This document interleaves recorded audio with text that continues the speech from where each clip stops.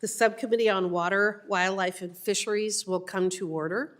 I would like to apologize for the temperature in here.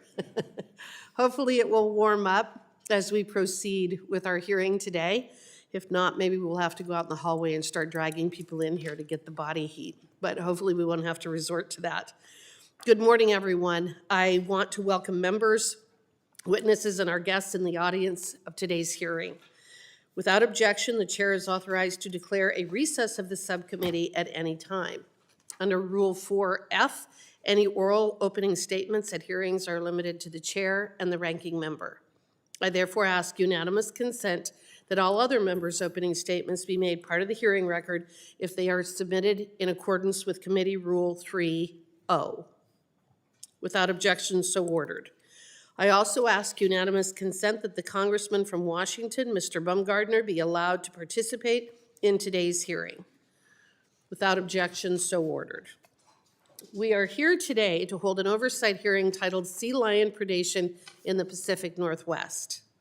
I now recognize myself for a 5-minute opening statement. This morning, the subcommittee will examine an issue that has only become more challenging in recent years: pinniped predation on threatened and endangered salmon and steelhead, and the conflicting requirements of the Marine Mammal Protection Act and the Endangered Species Act. Pinniped refers to a category of marine mammal, including California sea lions, Steller sea lions, and harbor seals, among others. In the decades since the enactment of the Marine Mammal Protection Act, pinniped populations have exploded, and they are dominating ecosystems across the Pacific Northwest and devastating salmon and steelhead populations listed under the Endangered Species Act. The National Marine Fisheries Service has found on repeated occasions over the last 2 decades that pinniped predation is a leading factor in preventing the recovery of these salmon species. One study found that by 2015, across the Pacific coast, pinnipeds consumed 6 times the amount of Chinook salmon that were captured through commercial and recreational fishing combined. The imbalance between unchecked pinniped populations and their threatened and endangered prey causes significant challenges throughout the Pacific Northwest. In today's hearing, we will hear the perspective of tribes that bear the impacts and have led on pinniped management. To address this issue in the Columbia River, Congress enacted bipartisan legislation in 2018 authorizing the Secretary of Commerce to permit the Columbia River tribes and states of Washington, Idaho, and Oregon to conduct lethal take of pinnipeds based on their location in the Columbia River. Today's hearing provides us with an opportunity to examine the law's effectiveness and explore additional solutions to restore the balance between salmon and pinnipeds. The subcommittee is joined today by Asia DeCoteau, the Executive Director of the Columbia River Intertribal Fish Commission, who will talk about the Columbia River tribe's experience and implementation of the 2018 statute, the effectiveness of legal take as a management tool to improve salmon abundance, and the considerable resources that our tribes and tribal organizations have devoted to recovering salmon populations. Tribes outside of the Columbia River Basin have also dealt with this issue, from the Oregon coast to the Puget Sound in Washington. I'd like to thank Chairman Ed Johnstone of the Northwest Indian Fisheries Commission and Chairman Ken Choke of the Nisqually Indian Tribe for joining us today to share their perspectives. Thank you both for being here. It is my hope that today's hearing gives us an opportunity to reflect on lessons learned from previous efforts so that we can craft solutions that effectively bring pinnipeds under control and facilitate the growth of healthy, sustainable salmon and steelhead populations. With that, I want to thank the witnesses for traveling to Washington to be here and their members for their interest in this very important issue. I now recognize Ranking Member Hoyle for her opening statements. Thank you, Madam Chair. Good morning, and thank you so much for being here today. This is a very, very important issue, especially representing the Pacific Northwest. We're going to discuss the impacts of sea lion predation on salmon in the Pacific Northwest, and I appreciate the opportunity to discuss this important issue for my state and this region. In 2018, Congress created a new tool to address the growing problem of sea lions at the Willamette Falls and Bonneville Dam. Sea lions were traveling 100 miles upstream and eating a salmon buffet in areas where they had learned that salmon would be concentrated, and why wouldn't they? But the issue is that their natural predators, orcas, do not travel upstream, and so what they have is a buffet and no natural predators. So ratepayers and the federal government invested billions of dollars to support threatened and endangered salmon, but that work was undermined by sea lions, which were a non-native species, and they learned and adopted a behavior that was devastating to our salmon population. At the time, the MMPA didn't have the necessary flexibility to allow state and tribal fish and wildlife managers to address this population-wide sea lion problem. Section 120F of the Marine Mammal Protection Act allows the states of Washington and Oregon, as well as the tribes on the Columbia River, to get a permit to manage problematic sea lions at key places along the Columbia River and its tributaries. Under this permit, we've seen that targeted management can work. At Oregon's Willamette Falls, removing approximately 20 male sea lions from the area reduced predation on winter steelhead from 25% to just 1.5%. This is a success story, and it shows what's possible with adequate resources and scientific monitoring. I look forward to hearing from the witnesses today about the progress they've made using Section 120F authority, the resources they need to build on that success, and how we can keep working together in a bipartisan way to support comprehensive salmon recovery. Now, we can't have this discussion without dealing with the fact that with the massive cuts that would only put salmon in further jeopardy. For instance, the president's proposed budget would eliminate the Pacific Coastal Salmon Recovery Fund. This is a long-standing and widely supported program that helps improve salmon habitat, provide local jobs and revenue, and supports recreation and tourism opportunities across the Northwest. There's also a proposed 40% cut to the National Marine Fisheries Services and the agency has already lost over 500 staff this year. I do strongly support the work being done on the grounds to address sea lion predation. Anyone who's ever talked to me about salmon knows that. But there are many other threats that we also must deal with. We have to address the habitat challenges, outdated hatchery infrastructure, and climate change in order to truly achieve salmon recovery in the Pacific Northwest. Thank you again to the witnesses for traveling here today to discuss these critical issues for our region, and I yield back. Thank you, Ms. Hoyle. I now recognize Chairman Westerman for his opening statement. Good morning, everyone, and thank you, Chair Hageman, for holding this hearing. And I want to thank all the witnesses that have traveled to Washington today to talk about this very important subject, which the topic is a very important one. It's the pinipid predation undermines decades of work and billions of dollars spent on recovery of threatened and endangered salmon and steelhead. Abundant sea lion and seal populations maintain strict protections under the Marine Mammal Protection Act at the expense of listed fish species. In fact, recent studies have found pinipid predation to be a primary driver of increasing mortality rates of salmon and steelhead in the Salish Sea. Several years ago, I had the opportunity to visit the Nisqually tribe in Olympia, Washington, and in my visit, I learned about the tribe's salmon recovery and enhancement efforts and toured the Clear Creek hatchery. I learned about how the tribe wanted to get back to a more traditional diet that included more salmon. And then we took a boat down the river to Puget Sound, where I saw the seal haul-outs, like the one pictured behind me, right at the mouth of the Nisqually and in the flats. While on the river, the seals are unbothered by human activity in their vicinity. These pinipid congregations create unsafe conditions for fishery managers and the public in the vicinity. In a 2024 study, it was found that pinipids consume up to 1/3 of the steelhead run in the Nisqually River. These animals jeopardize food security and undermine the tribe's way of life. there's possibly no starker visual than the trackers from the fish hatchery showing up in the seal scat that littered throughout the area. And if I remember the numbers correctly, I think the tribe told me that about 90% of the trackers they put in the fish ended up there in the delta in seal scat, which that I think definitely implies we have a problem. As the Nisqually tribe continues to work to enhance salmon survival, due to the MMPA salmon recovery efforts feed a growing predator population. I want to thank Chairman Choke for joining us today to share his people's story.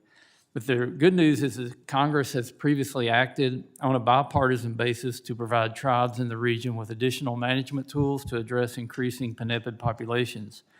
The Endangered Salmon Predation Prevention Act passed in 2018 and authorized the Columbia River tribes in the states of Washington, Oregon, and Idaho to cull these nuisance populations. I want to thank the Columbia River Intertribal Fish Commission for joining us today to explain how these tools have worked since enactment. Now, we know this issue is not limited to the Columbia River. Today's hearing gives members a chance to examine how this issue has persisted across the region and to explore other potential solutions. With that, Madam Chair, once again, I want to thank our witnesses for being here. I look forward to a robust discussion and look forward to legislation following after we have these hearings, and I yield back my time. Thank you, Mr. Westerman. The chair now recognizes Ranking Member Huffman for his opening statements. Thank you, Madam Chair. I have a unanimous consent request. I'd like to enter into the record a recent peer-reviewed paper titled "Climate Change Threatens Chinook Salmon Throughout Their Life Cycle." It is research about increasing sea surface temperatures, changes in river temperatures, altered flow patterns, and other things that are impairing smolt survival, which is really the key Without to objection, salmon so recovery. ordered. Thank you. So good morning, and thank you, Madam Chair. I want to welcome our witnesses, and I do look forward to hearing from you. Today we are discussing the implementation of Section 120 of the MMPA, which allows lethal removal of sea lions in the Columbia River Basin to support salmon recovery.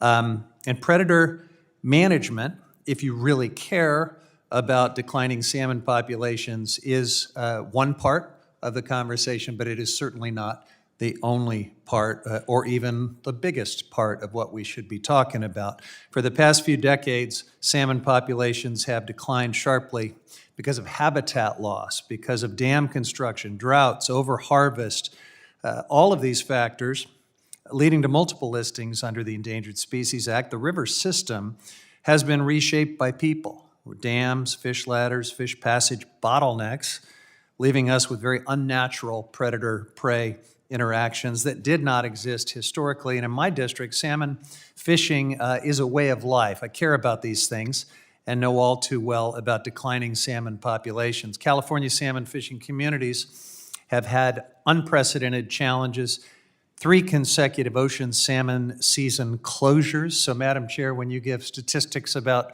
pinnipeds eating dramatically more salmon than fishermen, you can play with those numbers, because for the past 3 years in places like California, the fleet hasn't been able to catch salmon at all. So it's no surprise that pinnipeds would be eating more than the commercial harvest. At the same time, we're watching real-time recovery of a historic salmon run where we did it right, where tribes, the state, and federal government collaborated on the difficult work of removing Klamath dams. And in a short time since, we have seen salmon return to places they haven't been in over a century. It is working. So I'll be frank, I'm glad Republicans are finally talking about salmon here in this committee today. But if killing even more sea lions than we already allow, and I support the targeted science-based intervention that we allow right now under current authority, but if that's the only thing you'll do for salmon, you're missing it. And we are still in big trouble here. Recovery of Pacific salmon requires habitat recovery and serious partnerships among tribes, states, and the federal government. Republicans have done the opposite. They've applauded the Trump administration for walking away from the Columbia Basin Restoration Initiative, a plan that would have delivered more than $1 billion in federal investment over the next decade for wild fish restoration across the basin and clean energy project for tribes. And on top of that, Republicans rescinded IRA funding that would have gone towards salmon and marine mammal research. And they've done nothing to stop Doge from wreaking havoc at NOAA. I'm glad you're here, Mr. Rauch. We should be having a conversation about the fact that you are now the chief cook and bottled washer at this critical agency, and I'm so sorry that your scientists and your actual salmon recovery funding has been gutted under the watch of this administration. House Republicans have put forward a NOAA appropriations bill that guts National Marine Fisheries Service by 40%. And acts as 44% of NOAA's Pacific salmon budget. But today, we hear that they care about salmon, and I just wonder, who do they think they're kidding? You can't champion salmon recovery while slashing the very programs designed to rebuild habitat, recover river function, and uphold tribal rights. You can't walk away from basin-wide restoration agreements and then point to sea lions as the problem.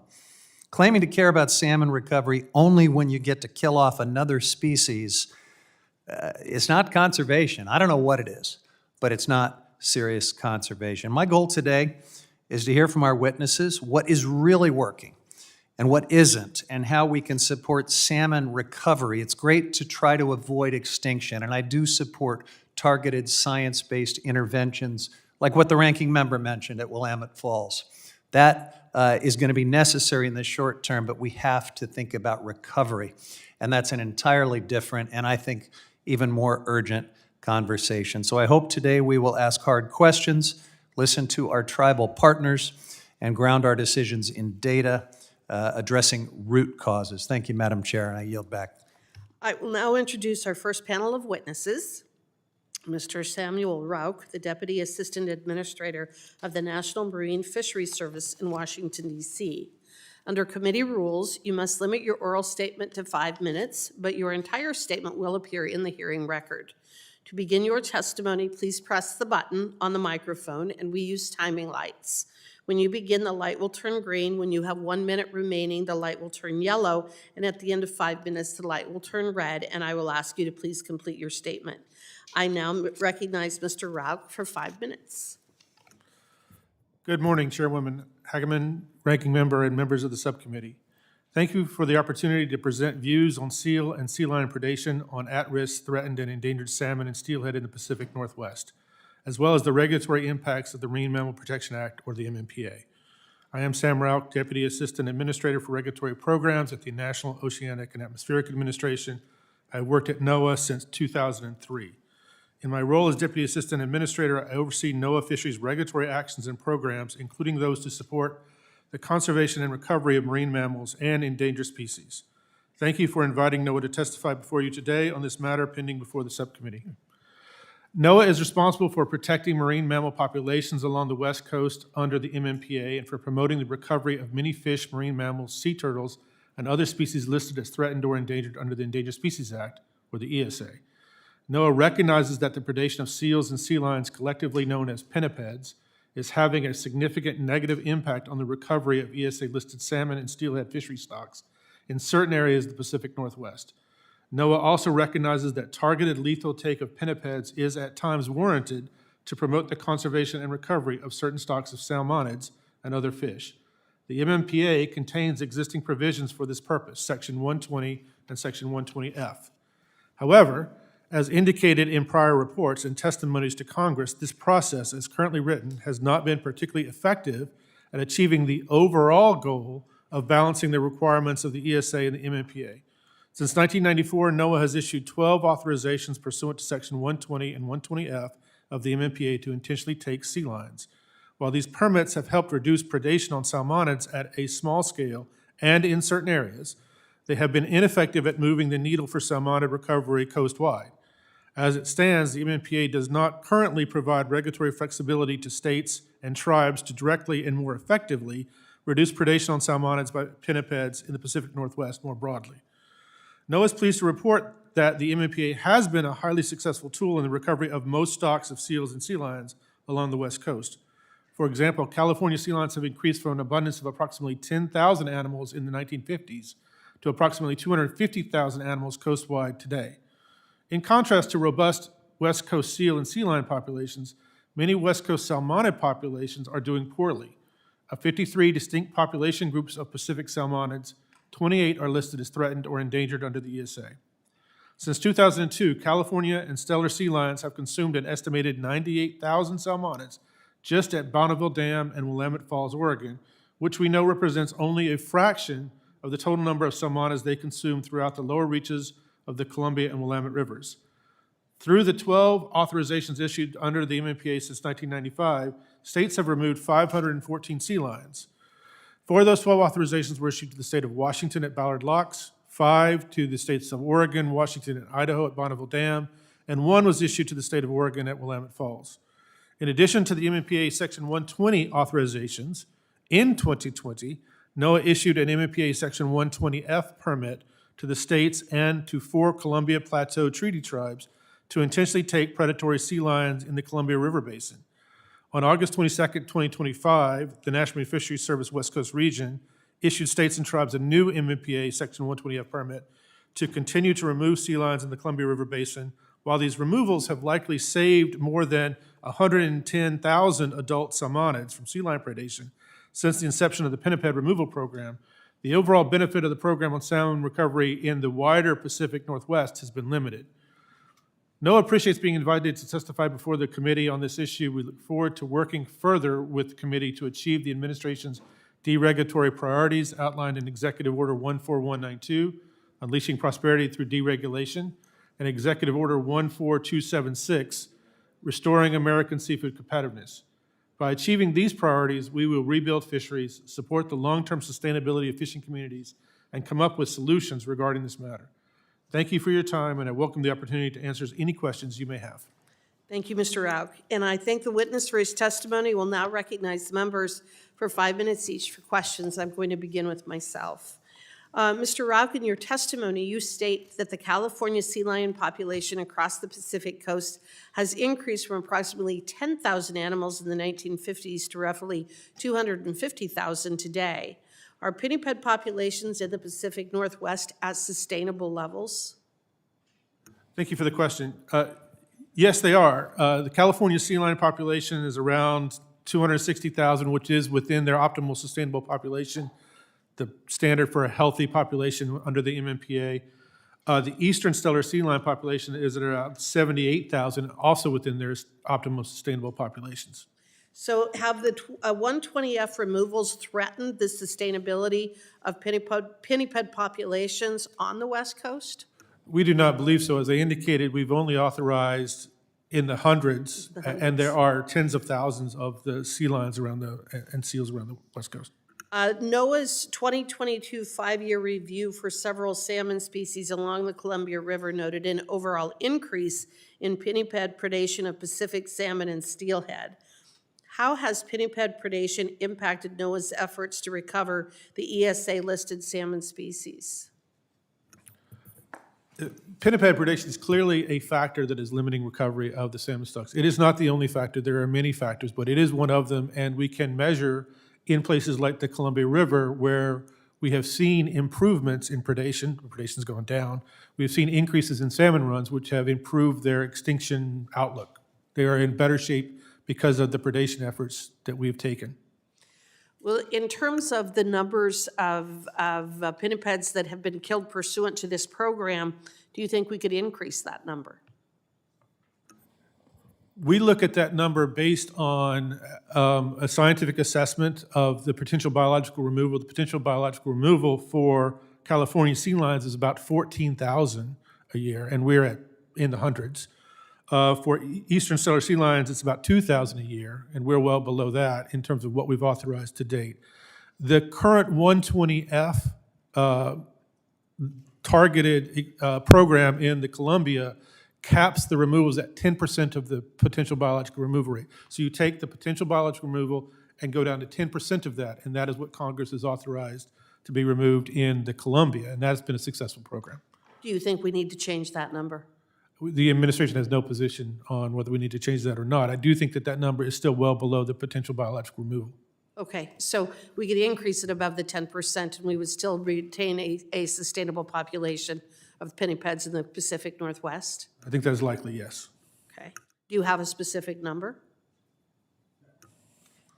The witnesses on our second panel will talk about the relationship that the tribes in the Pacific Northwest have with NOAA in working through these issues. What do you think NOAA could more effectively do to partner with the tribes to control the pinniped populations? Do you have some additional ideas? We very much value our partnership with the sovereign Pacific Northwest tribes. We have been partnering with them on many issues for decades, as long as the National Marine Fisheries Service has been an entity. They have a long history, even well before European civilization came, of managing their own natural resources well.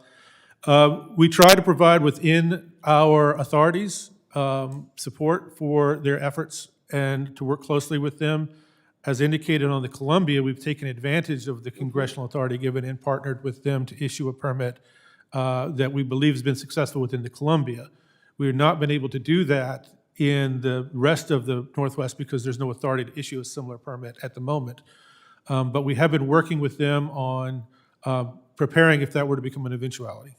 Do you have any particular ideas of how to improve this situation from the standpoint of better protecting the salmon species? The administration has no particular view on this, but if Congress were interested in more flexibilities, Congress could look to the Columbia River provision that it has already passed and implement that more broadly. We think that that has been a successful program on the Columbia.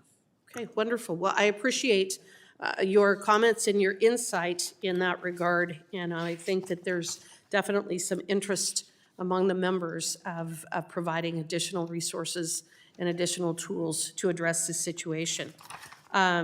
I now will go to Ranking Member Hoyle for her 5 minutes of questioning.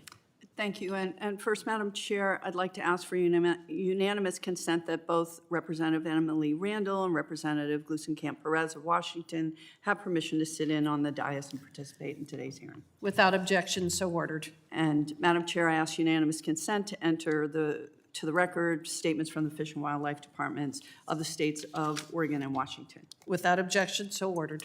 Okay, and first, I want to make it clear. I believe that the California sea lions and pinniped overpopulation problem is severely impacting our salmon population, and I would love to see us have a scientifically based approach to culling that population, as they have no natural predators to control a population that is truly upsetting the balance in our ecological systems and wildlife.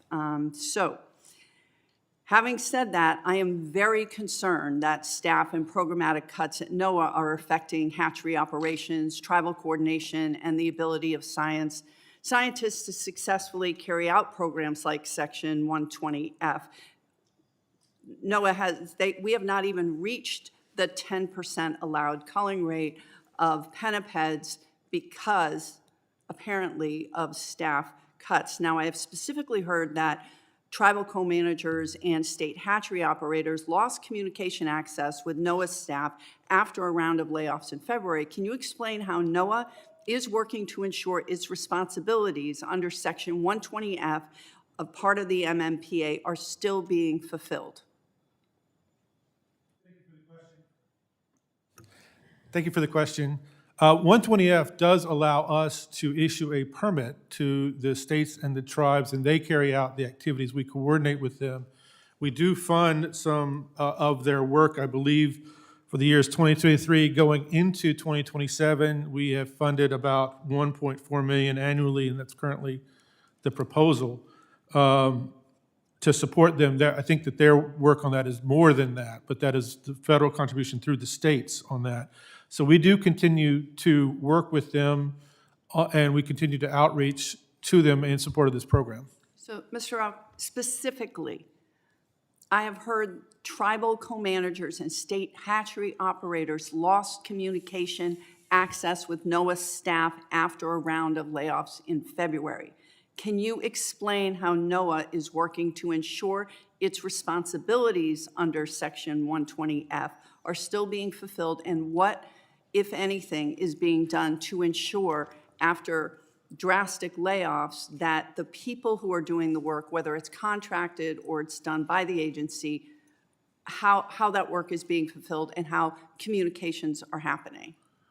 We do have a tribal coordinator in our West Coast Regional Office, and I speak repeatedly with our West Coast Regional Administrator, both of which reach out to the tribes on a constant basis. So if there are communication problems, I encourage the tribes to reach out to one of those people, and we will try to correct them. So if I follow up with you with these specific examples, can we get some answers and coordination?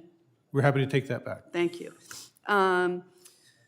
So the MMPA requires NOAA to calculate potential biological removal levels to authorize any legal take. Without staff to carry out the research or monitoring, how will NMFS fulfill the statutory requirement? We constantly work on the annualized stock assessment process. We don't do I shouldn't say annual, we do a stock assessment periodically for various stocks around the coast under the Marine Mammal Protection Act. We continue to do that. We continue to prioritize those stocks as resources allow. Okay. So, and then finally, the House CJS bill cuts funding for NOAA's Pacific salmon ESA work by 44%. What activities will NOAA no longer carry out? And are any of these activities part of NOAA's treaty and trust responsibility to our tribes? And you can get back to me if there isn't time. Thank you. Yes, that would probably be best. We will get back to you on that. And I'd like to know specifically what activities will not be carried out. And again, thank you for your work and for being here today. Thank you for the question. We'll get back to you. The chair now recognizes Ms. Malloy for her 5 minutes of questioning. Thank you, Madam Chairwoman. Mr. Rauch, thank you for being here. I am a congresswoman from Utah, and just in case you've never looked at a map of the United States, Utah is a long way from the ocean, and it's a really dry state. I'm fairly confident we don't have any pinnipeds in Utah, and I just learned the term salmonids preparing for this hearing. So a lot of this is new to me and not necessarily an issue that we deal with in my state.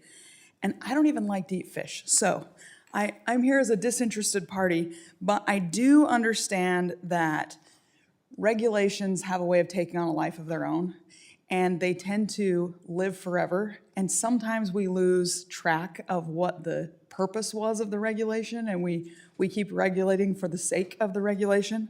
So my first question for you is, from your position, what would you like to see Congress doing legislatively to allow efficient management of pinnipeds and salmonids so that we can recover the fish species we need and have healthy populations and work efficiently between the federal government, the state, and the tribes?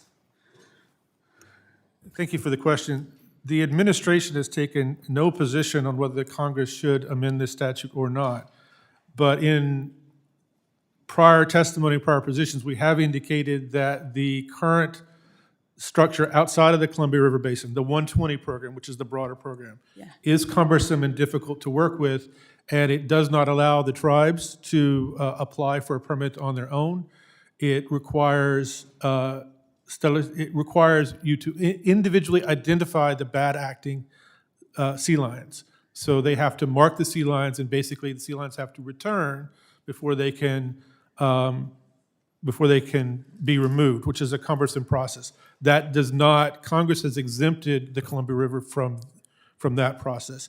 There also needs to be a finding that the individual sea lions are in and of themselves causing a population level impact, which is a difficult burden to meet. So the program on the Columbia, which does not have those three elements, has been more effective. The tribes have been able to participate. We've been able to, with the tribes and the states, been able to remove sea lions and seen some positive benefits to the salmon, which has not been the case elsewhere. Thank you. You actually already answered my second and third questions, which were, was it necessary to make sure that a specific individual sea lion is predating on salmon? It seems like we've already pretty firmly established that sea lions like to eat salmonids. Feels like we could make them guilty by association, and whether extending that authority would be helpful, and you answered both of them, so I will return my last 2 minutes, Madam Chairman.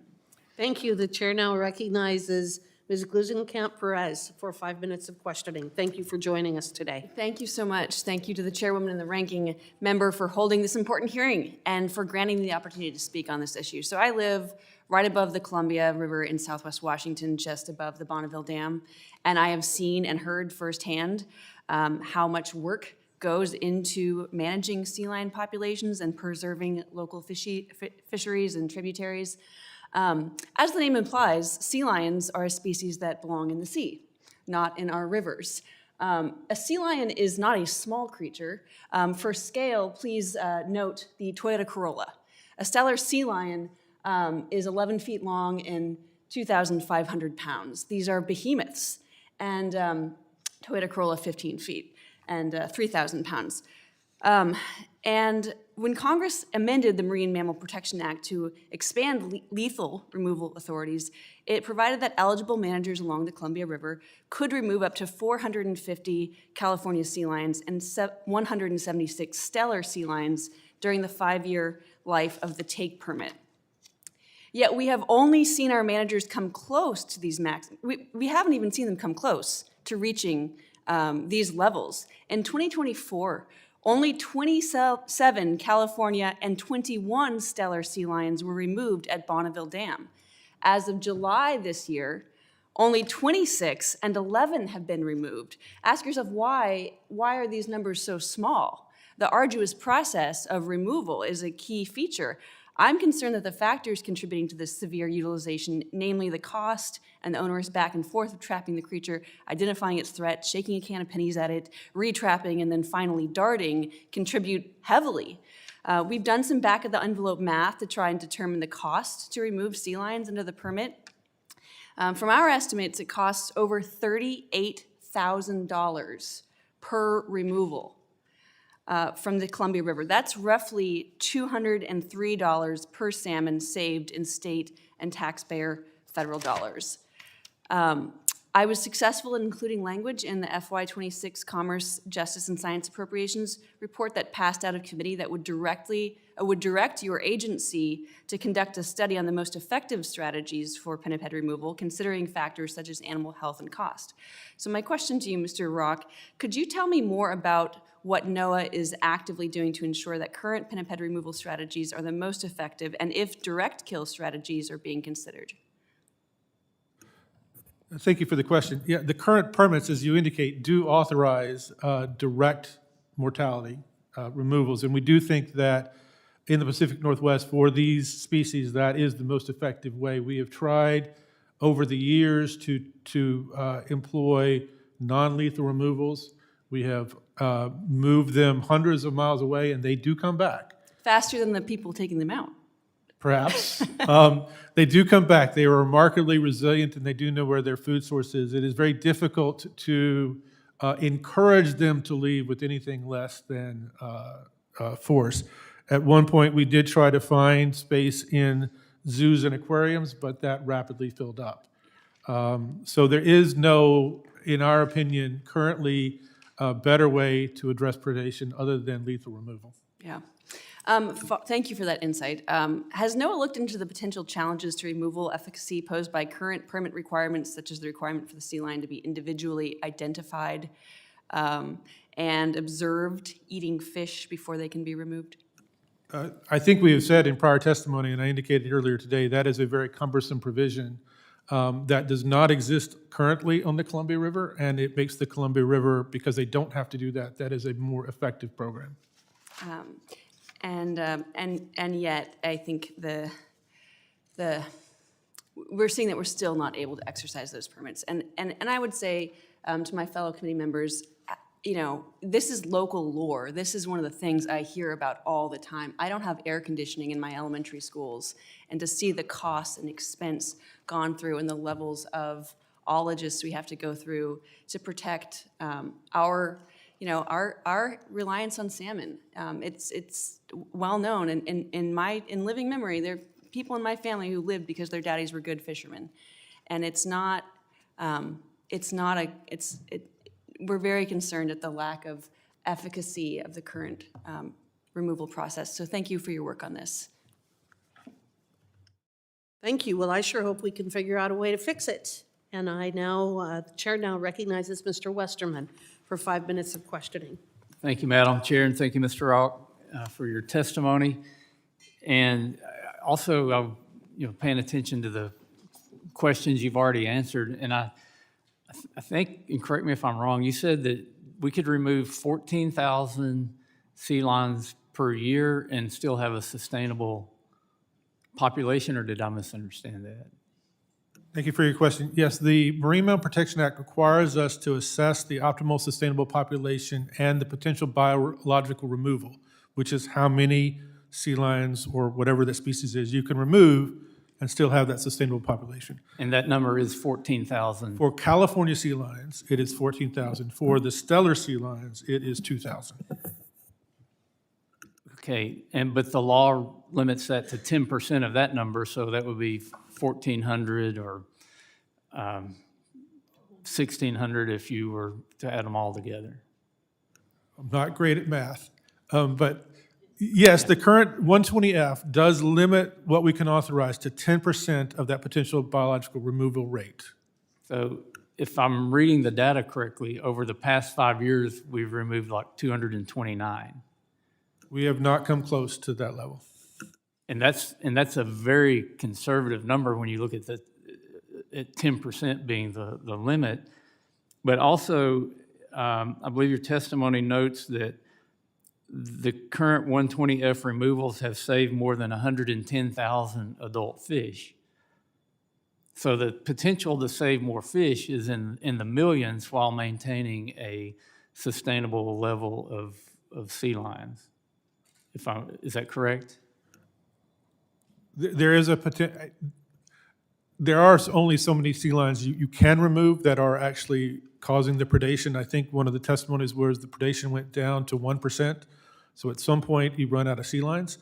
There, not coastwide. There's plenty of sea lions, but you would run out of sea lions that are preying on the fish at the locks. But there is a potential. The more that you remove, we do see improvements in survival. I know you had mentioned that the goal of balancing the requirements between ESA and MMPA would require more regulatory flexibility. If at the moment we cannot implement a similar program to the program on the Columbia elsewhere in the region, because 120, which is the authority Congress has given us elsewhere, does require us to have individually identifiable sea lions. We've got to determine that those sea lions themselves are having a negative impact on the population, and we cannot partner with the tribes directly in order to take advantage of their historical ability to manage the populations. So in NOAA's view, would expanded authority for lethal management of pinnipeds coast-wide likely have a positive impact on salmon recovery and abundance? If Congress were to choose to do that, I do think that would improve salmon recovery and abundance coastwide. So what data gaps exist today in the Columbia River to guide fishery managers and policymakers to identify the best strategies for pinniped management throughout the whole region? It is very difficult. There are numbers of different salmon stocks. So the Columbia River stocks are not the same as the Puget Sound stocks. So you need to understand the local impacts on those stocks. And the pinniped populations are also not uniformly measured. There are a lot of them, but to identify, at the moment, to identify whether or not the removals in one particular river, like somebody said, the Nisqually, whether that would be having a population level effect on the whole sea lion population is something we are not currently resourced to assess. So those kind of levels, because the requirement is that you have to tie individual sea lions to population effects, that requires a degree of scientific research that we've not been able to provide. And what's the limitation on being able to provide that research? We have not had the funding, and given that there is not an authorized partner to manage at that local level, there's not the resources to do that. So in my travels in the Pacific Northwest, every time I go out and I visit with people about salmon, I'm nearly always talking with tribes who seem to have a really good grasp of what needs to happen. they're doing great work in that area. Is there a way for NOAA and tribes to partner better on these issues? We do, we would agree with your assessment of the important works that tribes do now and have historically done throughout time immemorial on these stocks. There are always better opportunities to partner. We try to partner with them to the extent that we can. We cannot partner with them directly on sea lion removal outside of the Columbia because we don't have that authority currently to do that. Thank you. Good exchange of information there. The chair now recognizes Mr. Neguse for 5 minutes of questioning. Thank you, Madam Chair. Appreciate the opportunity. Certainly an interesting and important topic, and am grateful for the committee chairwoman and ranking member's decision to hold this hearing. Mr. Rauch, I wanted to ask you some questions on perhaps a different topic, but nonetheless very important to my district in Colorado, and I think to the future of our country. Just want to baseline, kind of understand your background. Of course, congratulations on your position now. My understanding is that prior to your current role, that you previously worked at the Department of Justice? That was some years ago. Yes, sir. In the 90s. Correct, as a trial attorney, and I believe at some point as an assistant section chief at the Department of Justice, and you've received many accolades, I think both within DOJ and the Department of Commerce.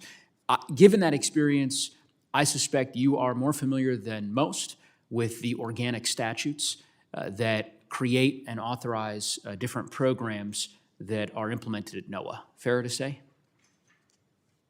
I am familiar with the fisheries statutes, the Magnuson-Stevens Fishery Conservation Management Act, the MMPA that we've talked about here, the Endangered Species Act. There are other statutes that affect other parts of NOAA that I do not have familiarity with. Sure. Well, let's stick with fisheries, just by way of example, because I think you've attested that that's where your expertise is centered. I presume you'd agree with me that your department, your division, would be unable to reorganize wide swaths of the fisheries programs that you implement, provided those have been created, authorized by federal statute. You would not, NOAA wouldn't be able to proceed with, for example, eliminating whole cloth those programs. Is that a fair assessment? That sounds to me like you're asking a question well beyond my capability to answer. I am no longer an attorney for the United States government, and I do not know the full breadth and scope of what authorities might be available to do that. Okay, fair enough. The reason why I asked that question, you are a senior high-ranking official at NOAA. We rarely get opportunities to question and have dialogue with folks at the Department of Commerce these days. As you know, there's certainly been public reporting, we don't have much visibility into the details, that there are massive reorganization plans that the Department of Commerce has proposed specifically for NOAA. And those reorganization plans, at least based on public reporting that we've seen, suggest that several core programs administered by NOAA could be eliminated entirely, which would be plainly violative of federal law. And we've seen that play out, that episode, over the course of the last several months in other departments, most prominently the Department of Health and Human Services, which is mired in litigation on this precise point. I represent multiple NOAA installations in Colorado. I don't know if you've had an opportunity during your long career to visit Boulder and to visit the facility there. Perhaps you have. About 20 years ago, sir. 20 years ago, yes, sir. So, well, we welcome you back. These are your compatriots, hardworking federal civil servants doing important work that has been statutorily authorized and funded by the United States Congress. And so I guess I would offer, insofar as you are willing to relay back to your colleagues at headquarters here in Washington or in Maryland, that it matters a great deal that the Department of Commerce follow the law. And I do not believe that the department has the authority to eliminate programs that have been authorized by Congress.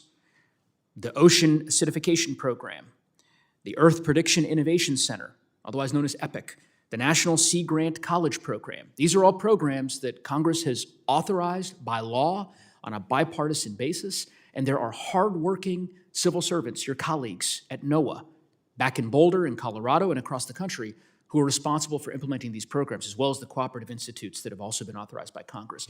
And I just would encourage you to go back to your colleagues, as I said, at headquarters to make the case that there are certainly many of us in Congress who are watching this very closely and who expect the department to follow the law. You're welcome to respond to that, but I would just, I'm not trying to, kind of get you into a gotcha question here or anything like that. I just want, it's important for me, given the limited exposure that we have to officials at the Department of Commerce these days, to be able to relay that to you. I'd be happy to relay those views back to them. Thank you. And thank you, Madam Chair. I yield back the balance of my time. The chair now recognizes Mr. Lamalfa for 5 minutes of questioning. Thank you, Madam Chair. Thank you for appearing with us, Mr. Rauch. So we have in California the listed winter run Chinook salmon and the spring run Chinook salmon under the ESA.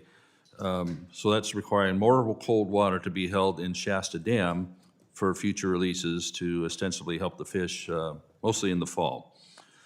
This water otherwise could be used to help towns and farms across the state, as we've seen tremendous water cuts affecting the Sacramento and San Joaquin Valley in recent years.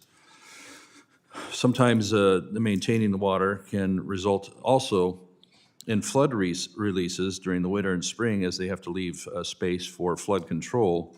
So the water you didn't get to use during the summer in previous crop years, for example, kept the dam too full at the time they have to have their buffer zone for flood control in the year. So that means the water got wasted, not being able to use it because they had to keep the lake deeper.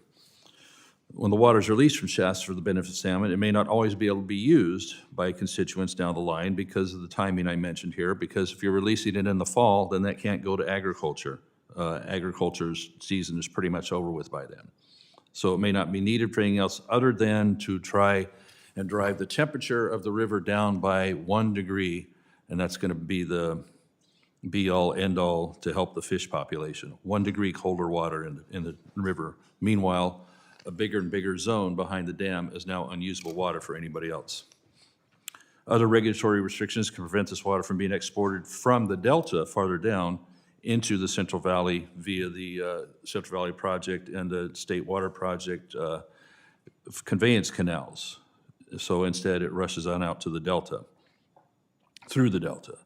So what we see, though, is that salmon populations continue to decline despite all this new water over the last 30 years being pushed through there because of predatory fish, because of actually the environmental issues that not get talked about enough of Bay Area cities releasing effluent into the delta, causing algae and lack of oxygenation and all that. So we do happen to have 2 fish hatcheries, the Livingston Stone National Fish Hatchery and the Coleman National Fish Hatchery, which spawn Chinook salmon to help bolster the populations without having to do more stored water in Shasta that isn't usable for other purposes. So these help augment fish populations, especially during multi-year droughts, which is what these dams were created for, was to survive 5 years of drought. They don't anymore. So that more Shasta water can actually be put to human use, such as growing food, instead of importing more and more crops, like in my Ag Committee briefing today, more and more is coming from Mexico and other places like that. So both of these hatcheries are in the process of being modernized. So Mr. Rauch, I'm wondering, do you see that the improvements are critical to supporting the salmon production that would help the population? How will NIMFS and NOAA, et cetera, ensure its permitting decisions for these upgrades are timely, predictable, and aligned with the reclamation's investment schedule? Will permitting hold this up for a needless extra amount of time?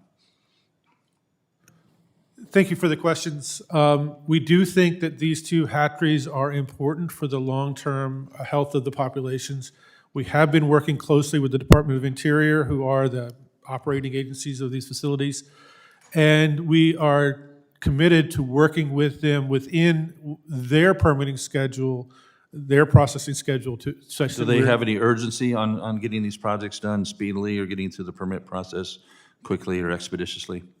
I cannot speak for the Department of Interior. We are committed to working quickly with them within their schedules. Okay. All right. So would you support alternate delivery mechanisms such as non-federal partners to help carry out design, environmental work, or portions of the construction to expedite these upgrades and make these a stronger, more viable pair of hatcheries? I can't speak for Interior, but we have seen many projects across the country where including non-federal partners have made the projects more successful. So you do feel urgency to at least at some level try and speed these up and have it? We will work within the bounds that try to meet the schedules that Interior has given us, and we will try to do that as quickly as we possibly can. Okay, thank you. Up on the Klamath River, NOAA and NIMFS are looking at what the Klamath water users are dealing with up there. What they have is studies on fish flows that are over 20 years and very limited to water going only for fish and not agriculture, which has been devastated for the last 20-plus years with that. Is it possible that we could have a consultation that revisits actual best and latest science, not 20-plus-year-old studies on fish needs for all types of fish, and really when it's the coho that has been the focus? Yeah, thank you for the question. I know that Interior, once again, is considering reinitiating consultation there. If we do that, we are both statutorily committed to using the best available science, and as you know, the president has indicated we should only be implementing gold standard science. So we would be looking for the best science that we possibly can to apply to any revisited consultation that Reclamation would ask for. And farmers have urgency to get their 26 crop season planned and 27, et cetera. Can we give them assurance that they know what they can plant, how much water they'll have available in 26 or 27? Reclamation controls the water delivery, but we are trying to ensure that the National Marine Fisheries Service is not an impediment in terms of scheduling any of that process. Thank you. I yield back, Madam Chair. Thank you. I want to thank the witness for your testimony today and for the members and their questioning. The members of the committee may have some additional questions for the witness, and we will ask that you respond to those in writing. So I believe that you're going to be dismissed at this point, and while the clerk is resetting the table, I will introduce our second panel of witnesses. Again, Mr. Rauch, thank you for coming today. Ms. Asia DeCoteau, the Executive Director of the Columbia River Intertribal Fish Commission in Portland, Oregon. Mr. Ed Johnstone, the Chairman of the Northwest Indian Fisheries Commission from Olympia, Washington. And Mr. Larry Phillips, the Pacific Fisheries Policy Director of the American Sportfishing Association from Olympia, Washington. And the Honorable Ken Choke, the Chairman of the Nisqually Indian Tribe from Olympia, Washington. Let me remind the witnesses that under committee rules, they must limit their oral statements to 5 minutes, but your entire statement will appear in the hearing record. To begin your testimony, please press the button on the microphone, and again, we use timing lights. When you begin, the light will turn green. When you have 1 minute remaining, the light will turn yellow, and at the end of 5 minutes, the light will turn red, and I will ask you to please complete your statement. I will also allow all witnesses to testify before member questioning. I now recognize Ms. DeCoteau for 5 minutes. And have I said your name correctly? Yes, you did. Thank you. Oh, good. Thank you. I now recognize you for 5 minutes for your opening statement. Thank you. Chair Hageman, Ranking Member Hoyle, and members of the committee, thank you for this opportunity to share our experiences confronting marine mammal predation on salmonid populations in the Columbia River. I'm Asia DeCoteau, a citizen of the Yakima Nation and the Executive Director for the Columbia River Intertribal Fish Commission. We are a governmental subdivision of 4 treaty tribes, the Yakima, Warm Springs, Umatilla, and Nez Perce. Collectively, our tribes and CRITFIC carry out one of the largest tribally led fishery programs in the United States, working across an area larger than Florida. Increased presence of California sea lions, stellar sea lions, and harbor seals within the lower Columbia River are severely impacting our region's salmon conservation efforts. Historically, our elders remember an occasional sea lion reaching Celilo Falls. However, these occurrences were rare. Now, a combination of hydrosystem infrastructure, changing environmental conditions, and the success of the Marine Mammal Protection Act has resulted in unprecedented numbers of sea lions in the Columbia River. Starting in the early 2000s, sea lion numbers began to climb as they learned to use river bottlenecks to consume returning salmon and steelhead, including 13 ESA-listed stocks. These sea lions have not only returned each year, but they are teaching their offspring and others this behavior. Dealing with this problem wasn't straightforward, as sea lions are protected by the Marine Mammal Protection Act. Section 120 of this act allows for lethal removal of nuisance marine animals, but only as a last resort after non-lethal methods have failed. This stringent requirement was meant to maintain the Act's core mission of sustaining healthy marine mammal populations, but it made effectively managing this abnormal situation in the lower Columbia River impossible. Initially, we worked with MMPA-allowed constraints using non-lethal deterrents such as hazing, acoustic devices, trapping and locating, and exclusion devices, with only mixed success, as resources only allowed 6 to 8 hours a day to address around-the-clock problem. Despite our efforts, predation rates more than doubled between 2006 and 2015, and it was clear that a strong solution was required. With bipartisan support, the Endangered Salmon Predation Prevention Act was signed into law in 2018, amending Section 120 of the MMPA to enable NOAA to issue permits to Washington, Oregon, Idaho, and the 4 treaty tribes to lethally take sea lions in a limited portion of the Columbia River with the intention of protecting ESA-listed salmon species. After 6 years, I'm pleased to report that the impact of this amendment has been dramatic. After removing 30 sea lions at Willamette Falls, winter steelhead losses from the pinniped predation went from 25% to just under 2%. At Bonneville Dam, despite the challenges from its larger area and greater number of sea lions, targeted removals have led to a 91% decrease in sea lion days and significant reductions in predation. The permit was recently extended through August 2030. Despite the culls that have taken place since 2018, this effort has had no measurable impact on the overall sea lion population. Thanks to the MMPA, California sea lions number approximately 275,000 and are at or near carrying capacity, well beyond the optimal sustainable population level that NOAA developed. I urge Congress to prioritize the following actions: sustain funding to maintain and expand removal programs at Bonneville Dam and Willamette Falls, amend the MMPA to extend area-based management authorities into the lower Columbia River, request NOAA to assess current management options and provide a roadmap for effective strategies, support expanded monitoring as sea lion behavior changes, invest in technology to prevent sea lions from moving upstream past the estuary, and lastly, support research and development of innovative non-lethal deterrents. While sea lion predation on adult salmonids and smolts is significant, I must emphasize the need for a holistic approach to predation management overall, addressing avian, piscivorous, and marine mammal predation collectively. Protecting salmonid populations is vital for the ecological health of our rivers and the cultural and economic well-being of our communities. Finally, I want to let the committee know that our tribes and the Columbia River Intertribal Fish Commission do not take lethal removals lightly or as the preferred option. We don't want to be in the business of managing Pacific marine mammal populations into perpetuity. Lethal removals of animals with this learned behavior will minimize predation now and prevent new sea lions from establishing this pattern into the future. We are very much aligned with our state co-managers in this goal. Thank you for your time and consideration. Happy to answer any questions. Thank you, and thank you for your recommendations.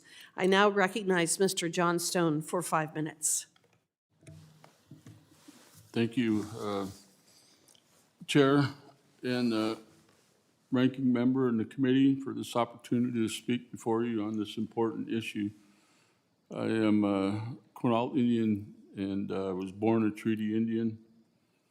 I'm one of the elders that she speaks about that can speak from the time that I can remember in the late 50s and early 60s where sea lions were very rare to observe. The Northwest Indian Fish Commission is comprised of the 20 treaty tribes organized shortly after the decision known as United States versus Washington from 5 treaty areas we signed in 1854 and 1855. It's with that background that I speak to you that our ancestors lived this life, and it was brought to me when I was born and I lived on this coast. And listening to your opening remarks are very powerful. Listening to what we hear from NOAA gives me hope that I'm here to speak for the 20-member tribes at policy as directed, and we've looked at this issue for a long time. And in our written testimony, you'll see some of that story where the Muckleshoots dealt with the sea lion called Herschel at the locks and going into Lake Washington. And that sea lion was numbered and then taken somewhere, and it almost beats them home, right? No more steelhead whatsoever in the Lake Washington into the tributaries where the Muckleshoots and other tribes fish. This problem needs to be an ecosystem-based approach, needs the legislative fix, an administrative fix to engage in a process of this meeting and other meetings that our member tribes and our leadership are definitely on board with, where we can meet, when we can meet, and we get results of the testimonies that you're hearing. So we've developed this policy given these limitations that we have been faced with. When you hear the dynamics of 250, 275,000, 300,000 California sea lions, they're not only eating the adults, they're eating the outmigrants. In a world where there's no more spring runoff and the glaciers are no longer there, that milkies the water that helps those smolts go out to the sea, because our glaciers are going and they're gone.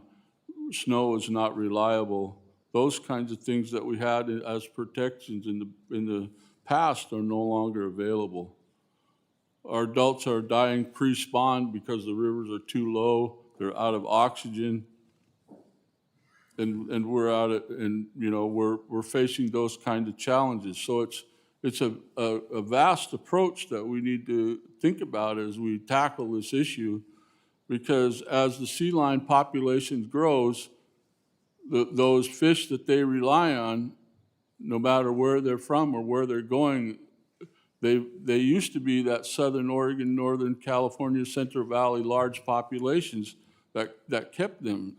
Now that they've grown so large, the young bulls are ostracized and they have to go out and they have to make a living.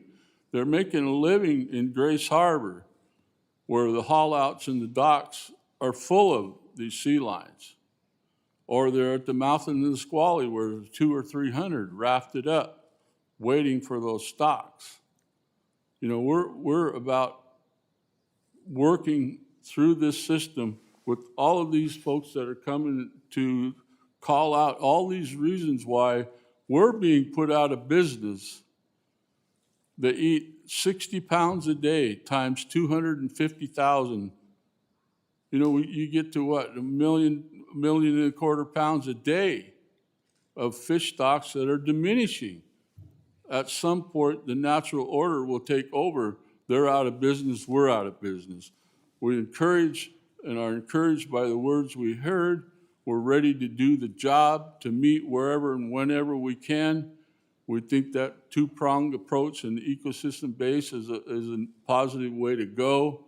You know, I've had to kind of change up the script. You have a written testimony that we've advanced. We're here, we're engaged. We look forward to the opportunity of working this. So my grandchildren and my grandchildren's children knows the life ways of our people as Indian people. As they go, we go. The salmon. Thank you for this opportunity.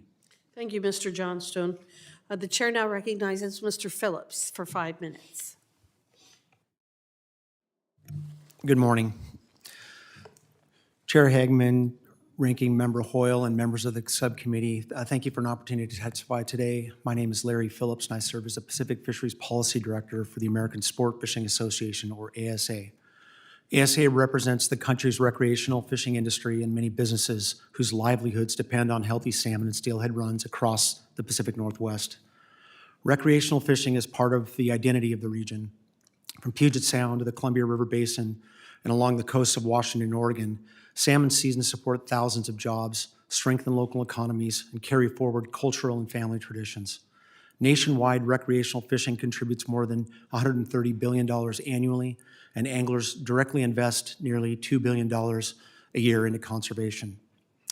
For decades, federal, state, and tribal partners, as well as anglers, have invested heavily in salmon recovery through habitat restoration, hatchery modernization, harvest reform, and hydropower mitigation. But for one major factor continues to erode these gains, pinniped predation on salmon and steelhead. Today's pinniped populations are healthy, fully protected, and significantly larger than when systematic surveys began in the 1970s following the passage of the Marine Mammal Protection Act.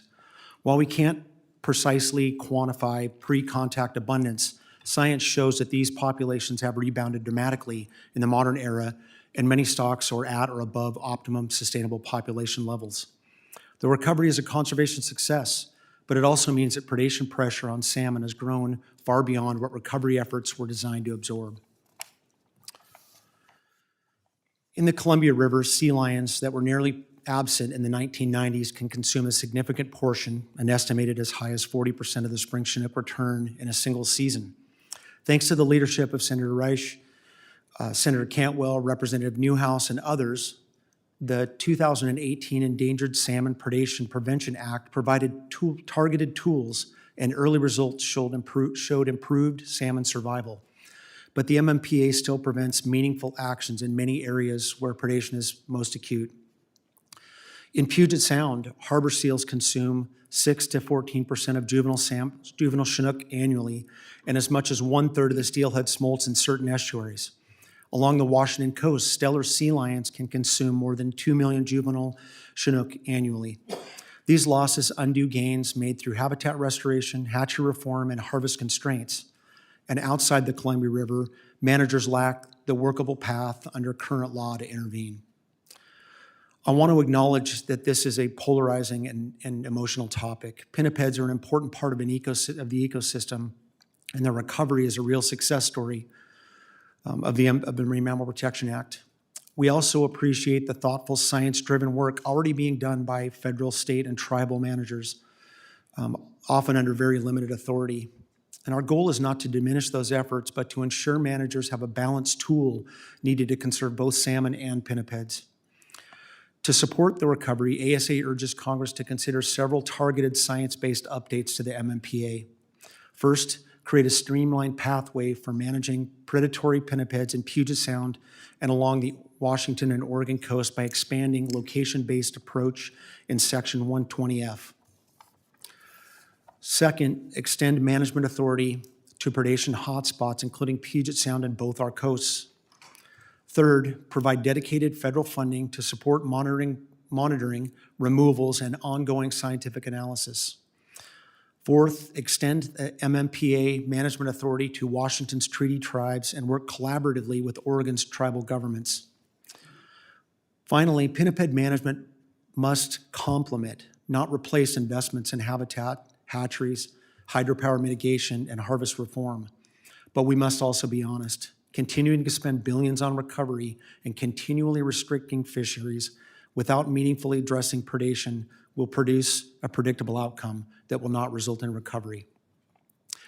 The sport fishing community cares deeply about conservation. We want future generations to fish for salmon across the Northwest.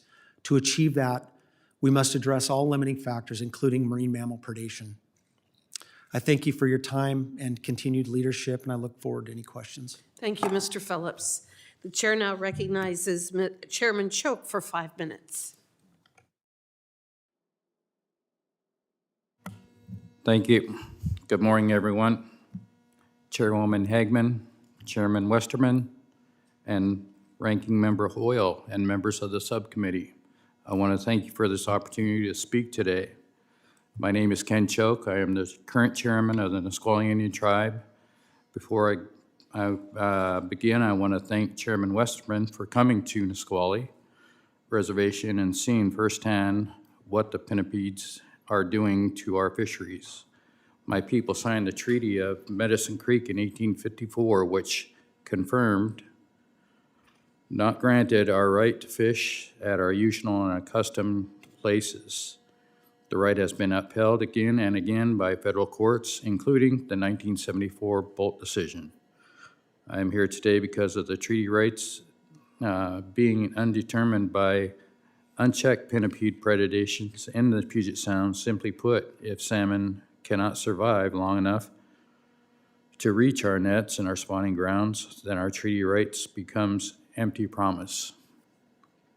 Our people have lived along the Nisqually River since time immemorial. Salmon are not just a food source for us, they are the heart of our culture, our economy, and our identity. But today, too often, our fisheries are closed because too few fish return home to sustain the runs.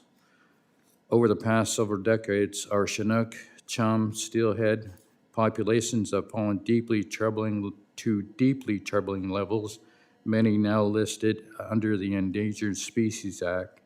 During these same years, harbor seals and sea lions members have grown dramatically under the protection of the Marine Mammal Protection Act, simply known as MMPA. This has been successful in recovering marine mammals, but it is not designed for the ecological realities we see today, where predator numbers have far outpaced the ability of depressed salmon runs to withstand them. In 2022, the Washington State Academy of Sciences stated pinniped predation impeding salmon recovery, and the strategic removal may be necessary to address these impacts. Yet the current MMPA structures makes meaningful science-based management nearly impossible. Tribes and state managers are left watching salmon disappear while our tools stay locked behind the federal process. In the Nisqually estuary and across the South Puget Sound, our biologists as well as the state and federal partners have documented high rates of predation of the both juvenile and the adult salmon, wild and hatchery alike. Seals and sea lions concentrate at the river's mouth, the ferries, the docks, and other choke points. Some even learn to target our fishery gear directly. For the ESA-listed Chinook and steelhead, losing even a small number of the adults or smolts can erase years of recovery efforts. Let me be clear, the Nisqually tribe has done everything we can to help save our salmon. We restored over 900 acres of our estuary habitat, one of the largest such projects on the West Coast. We have limited or closed our own fisheries. We operate hatcheries.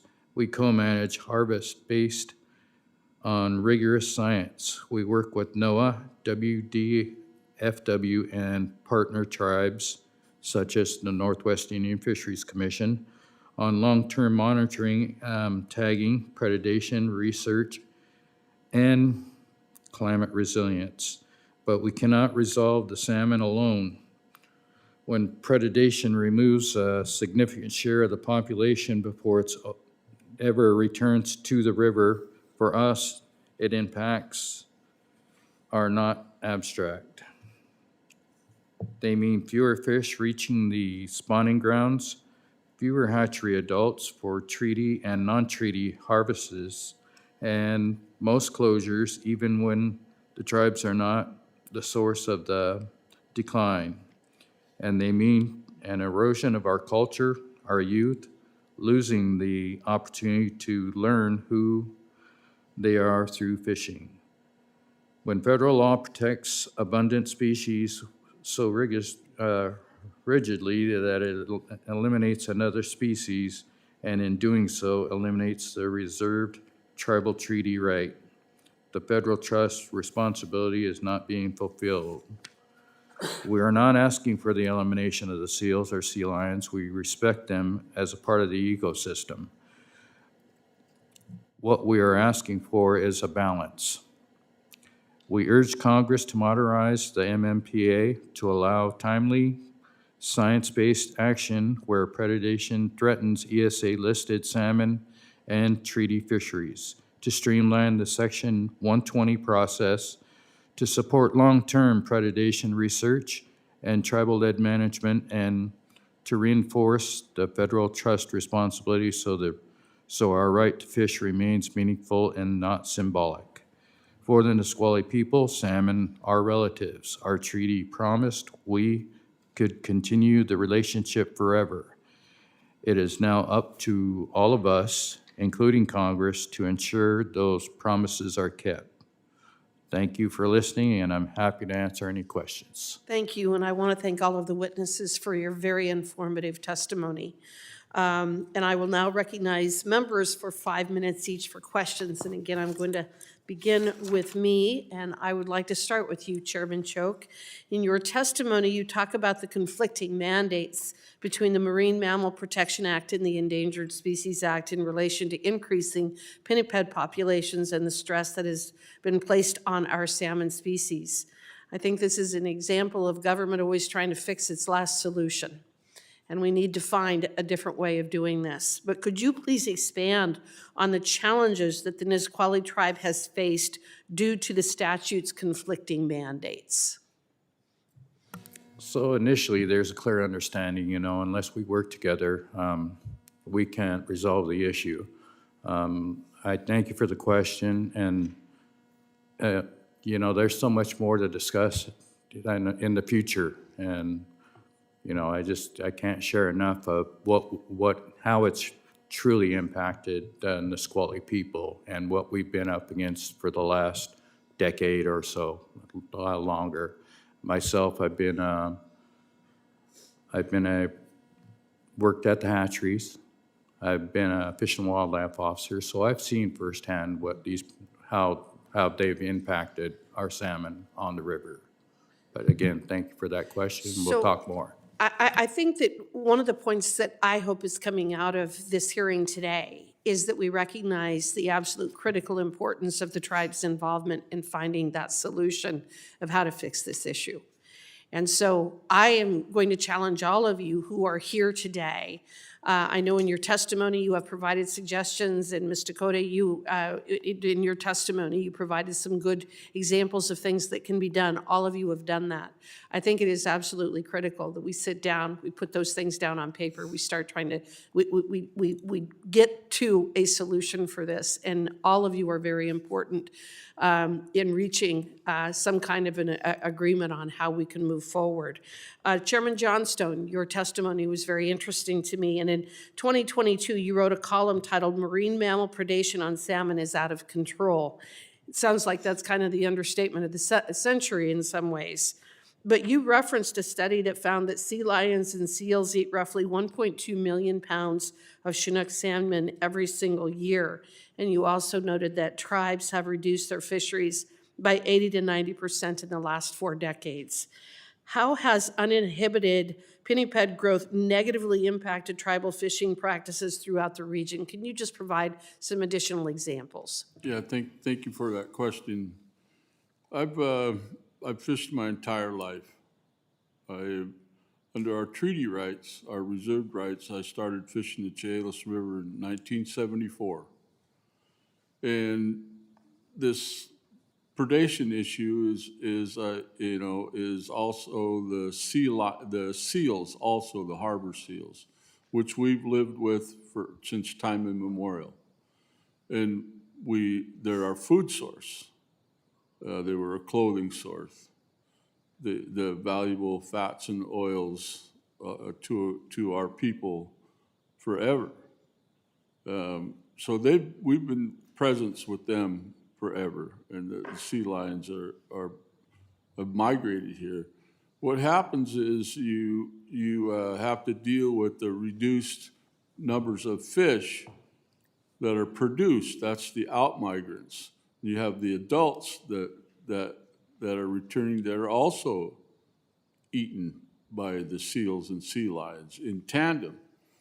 So your fluctuation in your forecasting of your ability to reach an escapement objective and have a fishery can get compromised. They go lower. Then other impacts drive it even lower. And then our ability to have a season is diminished at that rate that they calculate in estimations, the scientists, and try to put a buffer in, but never accounted for the real true impacts. My entire 51 years of steelhead, and for instance, shows us that stock, you watch the population dynamics going like this for multiple reasons, but a true contributing factor is predation. It reduces our ability to have our fish for food and our economy. Well, thank you for that information. And Ms. DeCoteau, just real quickly, could you talk about some of the successes of the 120F program and what lessons learned could be applied as Congress considers management tools to address the predation coastwide? Thank you. Thank you for the question. I think one of the best example is Willamette Falls as being a successful implementation of sea lion removal. And I think one of the lessons learned from that is that it can't be applied to all rivers in the same way. And so, we have the Bonneville Dam, which is where we have a huge amount of populations, and we just don't have the capacity, the funding, the resources to really address the issue because it's a larger geographic footprint. So the landscape of the river is much different from the Willamette River, so it offers numerous issues. And so there's a number of haul-outs on the Columbia, and if the sea lions aren't going into those traps, we just can't get them. And so it's just a matter of geography. All right, thank you for that. The chair now recognizes Ms. Hoyle for 5 minutes of questions. Thank you so much. Mr. Phillips, first of all, I just want to thank you for just, as soon as we asked you to come out, jumping on a plane, getting into Dulles at 1 o'clock last night, and getting here this morning. It really means a lot. As you know, sports fishermen are conservationists and care about the health of our rivers and healthy salmon populations. So I also want to say I appreciate your 4 very, very clear things that we can do to improve the salmon population that takes into account everything, and penniped management is critical. So what I would ask you is, what federal support do you think is needed to keep salmon populations healthy enough to support both conservation and recreational fishing opportunities? Yeah, thank you for the question, and I appreciate the opportunity to be here, so my pleasure. Funding is really a big part of this, right? We know that every year, just to implement the current program, it's extremely expensive, it's rigid, so that's what makes it expensive. If you talk to the managers who are working on this program, they'll tell you that a big obstacle is the funding part of this. The workload associated with capturing a sea lion in and around the area, the fish ladders, taking that individual to a secure location and having a veterinarian euthanize is an extremely intensive process that is underfunded just to meet the current program objectives. So I would say that is the largest portion. Obviously, at the state level, too, we have heavily involvement from the state. As you're probably very aware, there's financial challenges both with Oregon and Washington right now, and their commitment and priorities haven't made this a large priority for moving forward. So we hope that'll be a bigger priority for both Washington and Oregon, and also a federal investment at that level. So would you agree that that in addition to more funding, appropriate staffing at the federal level, which is critical, that more flexibility in this program, which maybe would reduce bureaucracy, have things more streamlined, cost less per sea lion euthanized, would be a good approach? Absolutely. It is a, we're learning as we've went along here, and we know that the work that you've done over the past decades has really provided us with an avenue forward. But I think there's a lot of work that can be done, and certainly the bullet points that myself and others here have laid out, I think is a good opportunity or possibility for us to move forward. Thank you, Mr. Phillips. And Ms. DeCoteau, Section 120F authority allows up to 1,400 California sea lions and 217 Steller sea lions to be removed annually, but permitting is used far less than that. What is your impression of why? Thank you for the question. Part of the reason is just the fact that sea lions are very smart and clever, and they have this learned behavior. And so if we have these methods to deter them that aren't working, we need these lethal deterrents. But really it comes down to, again, what I said earlier, it's really about the funding for more traps, specifically at Bonneville Dam, and more crew to be able to get all of these sea lions out of the system. So it's part of the issue is not the fact that we don't have traps and hauling area locations out there. It's just the fact that these sea lions are very smart. They know when our hazing crews are coming, and then they come right back as soon as we leave. So the fact is that we just need more alternative solutions. So one of the things that we recommended is how can we develop innovative technologies to deter sea lions from coming into the Columbia River at all. So really looking at potentially things that can happen in the estuary to prevent them coming and migrating into the Columbia River itself.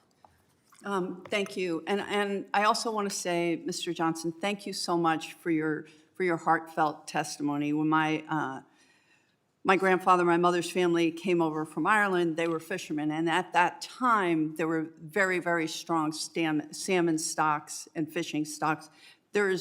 The fishing industry in Ireland is devastated, and salmon in Ireland are on the verge of extinction because politicians had bigger fish to fry than preserving the health of our rivers and of those fish. And the salmon in Ireland is a mythical creature that holds all the world's knowledge, and that fish is nearly extinct. And to see that happening here in the Pacific Northwest as well, I think it's important, as you've said, it's our responsibility to ensure that we provide and make it a priority to ensure that these fish are able to be there for our children and our grandchildren and their grandchildren. So I just want to thank all of you for your work and testimony. It's really, really powerful. The chair now recognizes the chairman of the full committee, Mr. Westerman. Thank you, Madam Chair. And again, thank you so much to the witnesses for being here.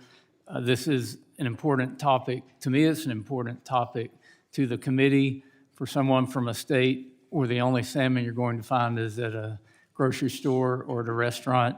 I have this fascination with salmon, and it's because I've had opportunities to understand better what salmon means to culture, to tradition, and really to, as an outdoorsman, an iconic species that has really kind of captured my eye and made me want to work along with you to help make sure we have great stocks of salmon going forward. I've had the opportunity to release fish in the Columbia River below the Chief Joseph Dam. I've been to Nisqually.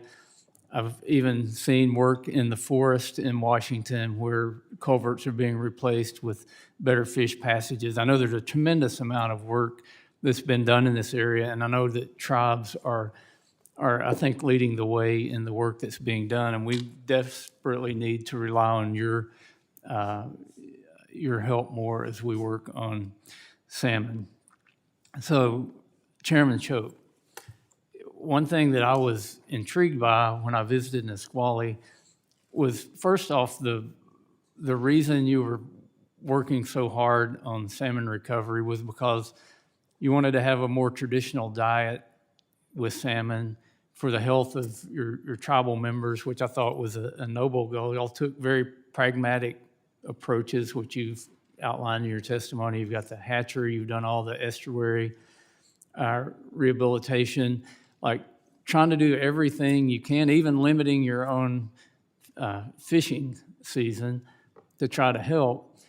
But then as we floated down that boat to the delta and it was just sea lion heads across the mouth of the river, it was a very informative visual that you've done all you can do, but you're limited in doing what you really need to do to have the fish stocks that you need. What's all the time, all the money, all the effort that's been invested in the Nisqually salmon recovery work, what's going to happen if Congress doesn't provide you the rest of the tools you need to manage the pinnipeds in the river and in the delta? Thank you for that question, Chairman. You know, just as our elder here at Johnstone explained that, you know, if it continues that we will not have salmon for future generations. Salmon is not only a food resource for our people, but, you know, what certain mannerism, it's also used for medication as well in certain cases, fish oils and whatnot. You know, some of the traditional values stem in that sense. You know, I heard our senator state she does not eat salmon, but, you know, it is implemented as his medication as well. So that's something to take in consideration. But that's the bottom line is we're gonna lose our populations. We're gonna lose our culture, our heritage, what we, you know, what the Nisqually people are. We are the people of the water, people of the grass. And that's one thing we want to continue throughout the next 7 generations. And I appreciate you bringing in the discussion, the treaty rights that you have that mention salmon. And Chairman Johnstone, I appreciate your testimony as well. And you suggested we need an ecosystem-wide congressional fix. How would you recommend Congress approach rebalancing ESA and MMPA so that we can get that fix? Yeah, I think to the member, that's the term of reference means we have to look at all the complete ecosystem and what are the limiting factors to recovery. We're talking about recovery of our salmon stocks. We have 15 threatened and endangered species inside Puget Sound, and then we have 3 proposed stocks on the coast now in an area that is quote unquote pristine because all the federal property. Now we're threatened here that tips the balance of scale. The scales are tipped against us. So we have to look at the total picture, then look at each component of salmon recovery and the limiting factors, of which there are the avians and the seals and sea lions that we're specifically addressing here, but there are those other components. And then this is what we've done since time immemorial, when we harvested only which we needed. And then you come into this regulated world, court cases, laws and codes like the Magnuson-Stevens Acts and so forth, and then the limitations are authorizations to those responsible to uphold our treaty right, our way of life, and our existence. And so, you know, that's a big, broad, what are those impediments to looking at the health of these ecosystems? Weave through all of that and work as we are to figure out how is that pathway to recovery under ESA, not only of the salmon populations, but the southern resident killer whale. Then you have this other authorization called the Marine Mammal Protection Act, which is what we're here for, those two things combined, and other authorities and authorizations and responsibility for the federal government to our treaty protected rights. So, I mean, that's a big, broad envelope. Our mission is to weave through that like you are giving this opportunity today through our testimony and by your own observation to come out and visit us, which I would encourage you to come out to our 20-member tribes, to the Columbia River, to these places where you see the dynamics of our lifeways being diminished by all of these rules, regulations, laws, and codes when those populations are coming down and our treaties are hollow without those resources. Where when we are held to MSY or the conservation necessity, we only share that number of fish available once we meet the conservation objective. A number that says we can harvest 20,000 coho in the Chehalis system. Then we share equally with the state of Washington. When that number goes down where we no longer can share the harvestable surplus, the seals and sea lions are still eating that resource. They are not controlled. They don't know how to read the Magnuson Act and the Sustainable Fishery Act, and they are smart. You think a sea lion's smart, seals are far more smarter than sea lions. My own personal observation, 51 years off reservation, my entire life on reservation. That ecosystem base that we have to look at that holistic approach and what can we do? How can we channel through all of these things that have been brought to us who signed a treaty. In the language of the treaty, when you read Isaac Stevenson's, that you always have fish for your frying pan. That's the Lummi Nation. You know, and languages that we have a lot of commonality in. Those marine mammals, the seals in particular, were in our everyday diet. The smokehouses were still full when I was a child in the 50s. Thank you so much, Chairman. Madam Chair has been overly generous here, and I'll just wrap up and say I'm sure the seals and the sea lions appreciate all your efforts because they've benefited greatly, but it's time they give back a little bit, and I yield back. The chair now recognizes Ms. Randall for 5 minutes. Thank you, Madam Chair. I am so blessed to come from a district where salmon are an integral part of our environment, our culture, our economy in Washington's 6th District.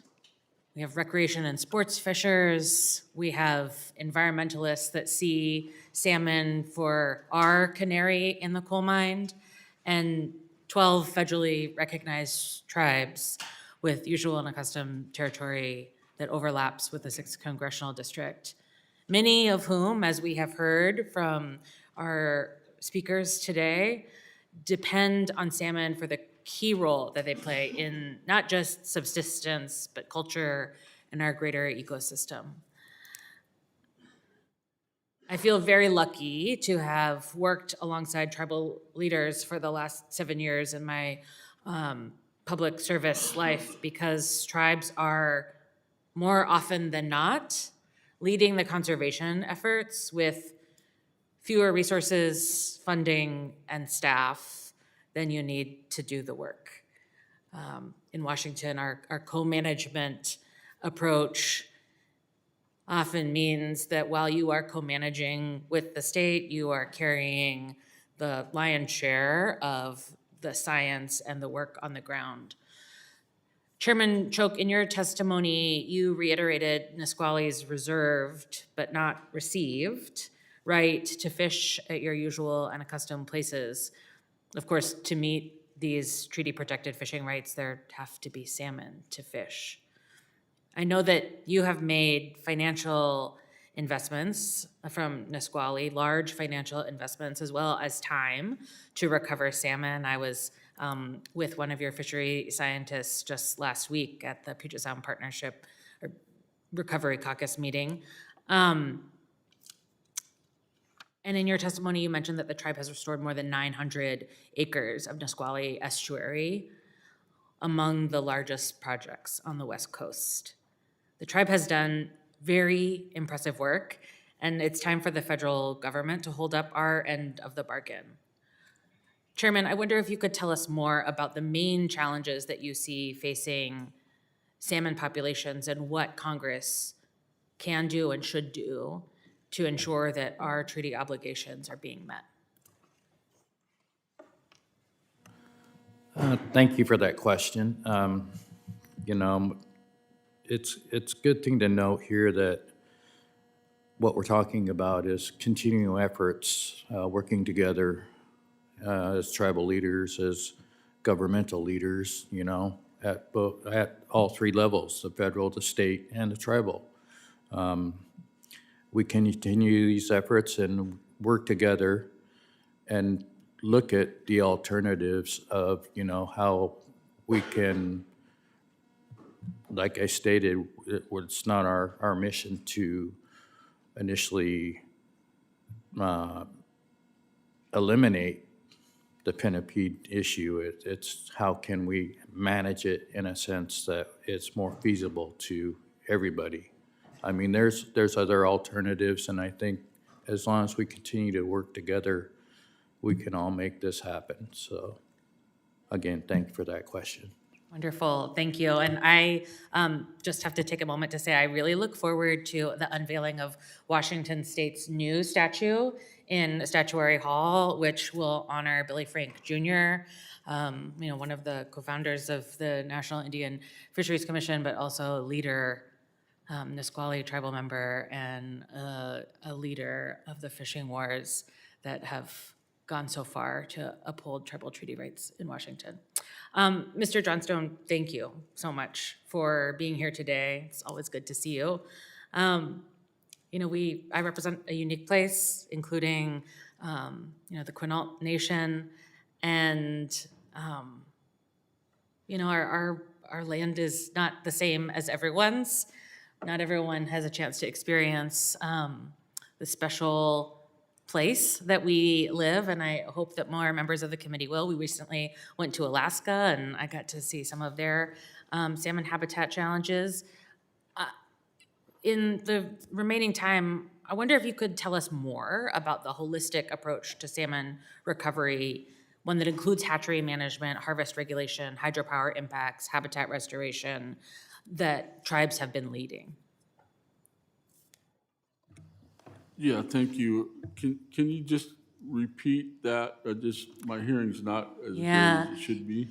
The previous question was about the holistic approach, and the holistic approach that you lead from the Fisheries Commission side also includes hatchery management and harvest regulation, hydropower impacts, habitat restoration. Can you say more about the vast needs of that holistic approach?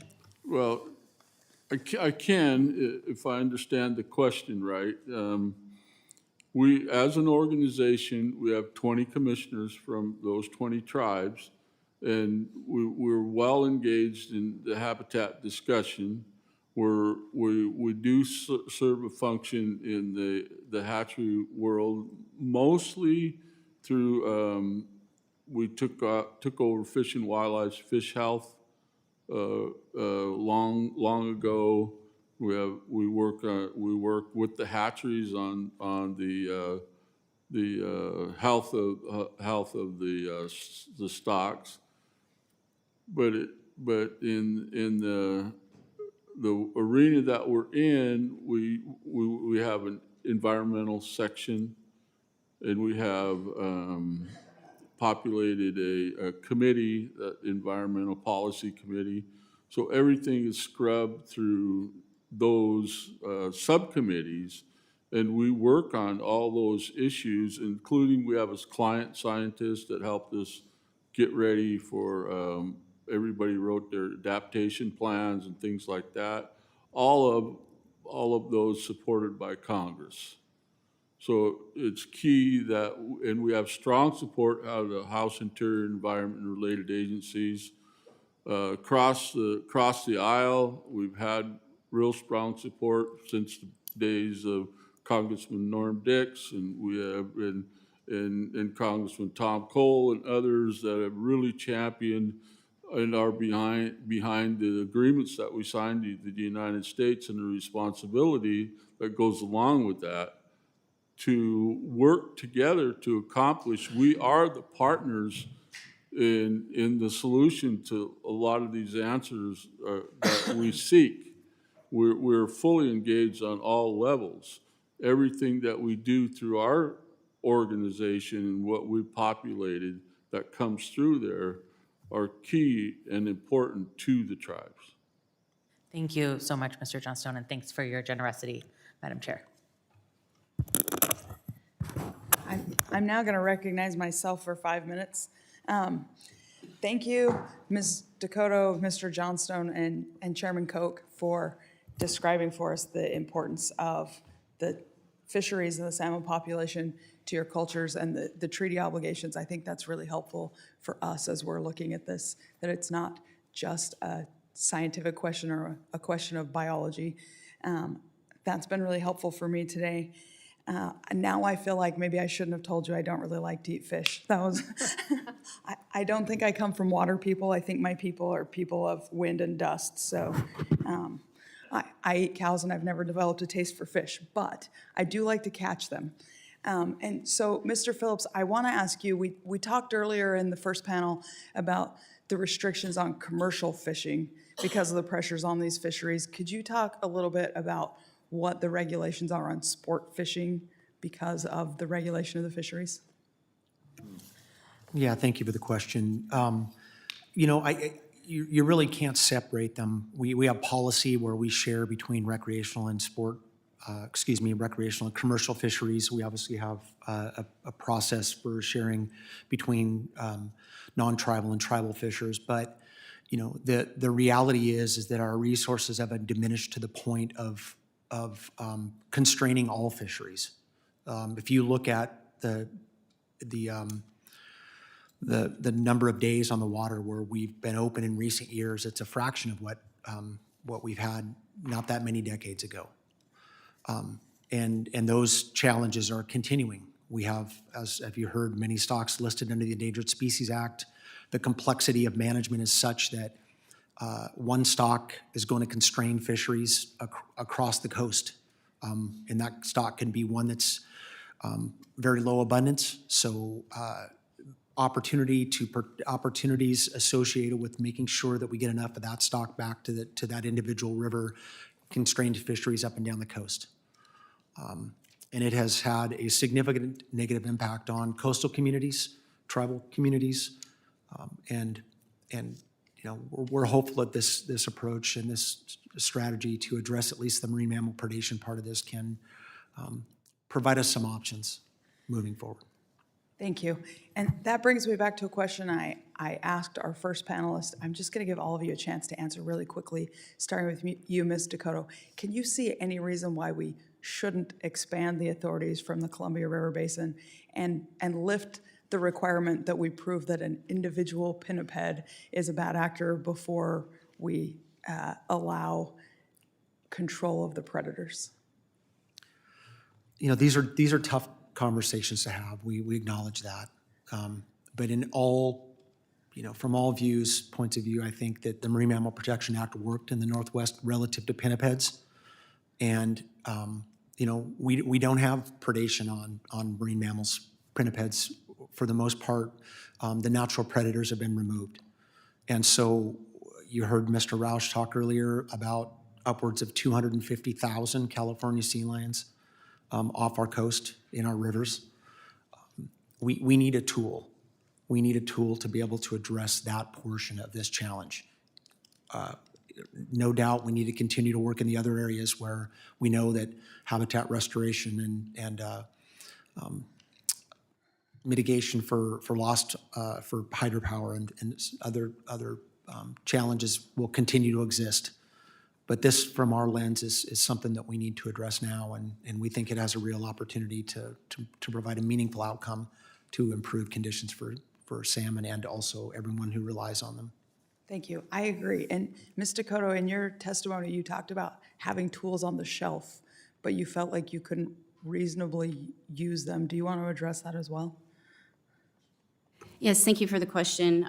Regarding the amendment to answer yes, we specifically around the tools, that question is great because we need to expand the geographic scope of the MMPA to allow for area-based management, and this will address some of the issues that I talked about in my testimony around the Bonneville Dam issue and that bottleneck opposed to the Willamette River.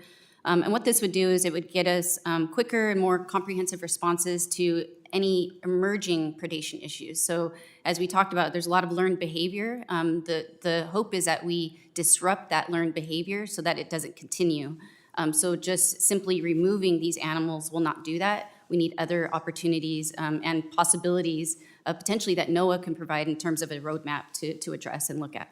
Okay, thank you. Mr. Johnstone, Chairman Choke, is there anything you want to quickly add in the next 10 seconds? Thank you for the question. I think it's just our commitment to work through this process, be diligent, collaborate, find those pathways. That's what our message would be out of the Northwest Indian Fish Commission and the 20-member tribes. Important that ability to the other member tribes of our organization, in my opinion, have as their vital testimony, their story be heard. We're a vehicle, as the Northwest Indian Fish Commission, develop those policies, and I can speak to them, but the voices of those 20-member tribes are what drive us to do the work, and that's a loud voice. That's our time immemorial voice. Thank you. And we need to be inclusive. Thank you. Thank you. The chair now recognizes Ms. Glusenkamp-Perez for 5 minutes. Thank you to the chairwoman. Chairman Choke, in your testimony, you mentioned the need for Congress to streamline Section 120 process to allow managers to remove pinnipeds by means not limited to chemical euthanasia. Could you provide some examples or strategies other than traps and chemical euthanasia that you believe would be more effective in removing or deterring sea lions? Thank you for that question. Initially, it's something that we need to continue to take a look at and see how we can evaluate the situation and, as I stated earlier, come up with less lethal means, I guess you could say. I've always stressed the point, how can we actually, resolve the issue with our pinnipeds and the harbor seals? One of the things we need to take in consideration is the simple fact that, in Alaska, they do harvest such animals. So can we work together with our brothers and sisters up north to do what we've done in traditional ways and barter with our brothers and sisters up north, and and their salmon abundance up there. But initially, it's collaboration, working with Chairman Johnstone and our state and federal partners to come up with a resolution to that. So Thank you for that question. Thank you. Thank you for that response. Mr. Phillips, I'm curious to hear just some brainstorming. I've been chewing on this for a while and hearing a lot from my community about this. And I'm curious to hear what you might think about a permit auction process or a lottery, some kind of guide, some process where local fishermen and tribal members could bid on permits to assist with lethal removals. I've had so many people tell me they would pay good money. And with funds coming far short in our rural schools, another revenue source, and a broader tie to the community that this is a bigger part of our life than just eating.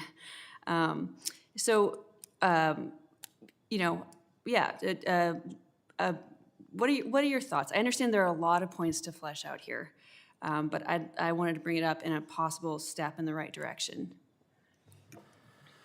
Yeah, I hadn't heard that one, but I'm sure there were folks would line up to participate in that. I think we need to be creative. I think we need to find tools to address the challenge. I also think that we need to be really careful, make sure we're investing in good science to monitor the outcomes of any type of programs that we implement or decide to implement. And that clearly is going to be the foundation of how we move forward. But, I would certainly support being creative and coming up with unique ideas to test out. We got unique ideas over here. I can't even harvest an elk, so I probably wouldn't be very good at it. But. With the remaining time we have, Ms. DeCoteau, DeCoteau, excuse me. I appreciate you being here to speak directly on the complex challenges to mitigating issues with the Bonneville Dam. But I'd like to hear more about your perspective on expanding Section 120F permits to the tributaries and how this might help deter sea lions more effectively. Yes, thank you for the question. Absolutely. I think what we see on top of the bottlenecks is these confluence of animals around tributaries coming into the main stem of the Columbia River. So I think the more we can, again, this is learned behavior, the more we can disrupt this learned behavior earlier at the, near the estuary and coming into the Columbia River, that will prevent them from coming all the way into the lower river and into Bonneville Dam. Yeah, that's a lot of what I heard is this is learned behavior, and you have to, without any clear feedback loop here, being direct and being, I think, respectful and communicating, not with, as Mr. Johnstone was saying, they don't read the laws, but to communicate more clearly. So thank you for your insight. Thank you for your work, and I'll yield back my remaining 11 seconds.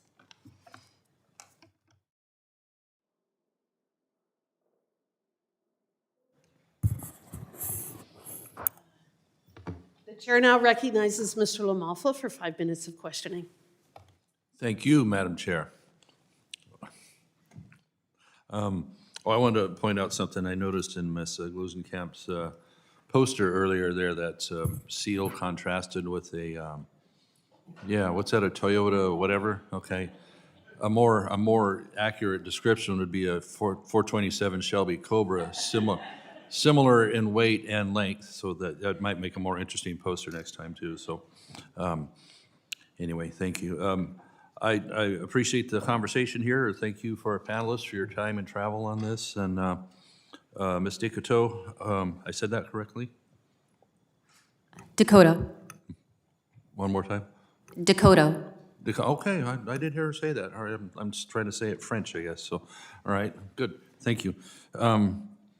What we've seen, again, in the Willamette is that a dramatic drop in the steelhead extinction from 89 to 11% is the stat I have because of the targeted sea lion removal. And I got nothing against the sea lion per se, but obviously we have a big problem here. And so in the time we've had so far today, do you care to elaborate more on how more of this approach could be brought across the whole, much more of this whole corridor from really USA and North America as well. How much more can we be applying this? Do you have more thoughts on how this could help the populations up and down more of the coast? Yes, thank you for the question.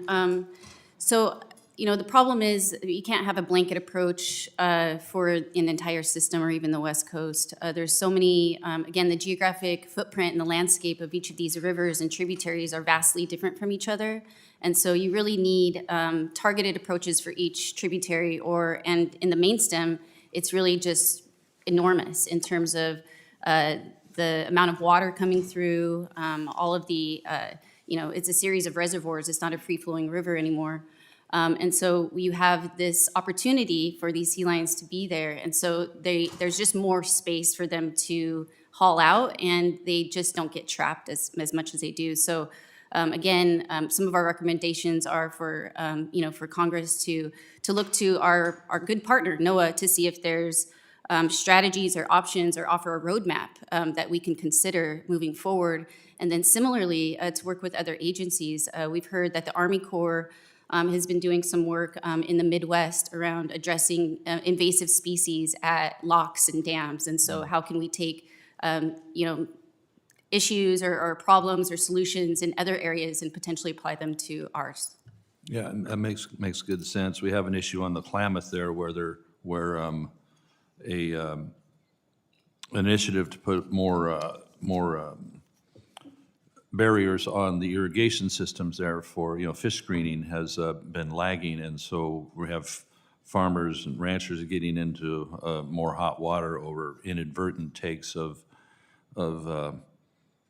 a very low amount of endangered fish, and yet we have this problem here of mass amounts being taken by sea lions or even outside of our international water jurisdiction by just mass amounts of fishing. So I wish we could do more to have a better rapport with agriculture on the very, very limited amount of risk ag causes versus the greater risk elsewhere.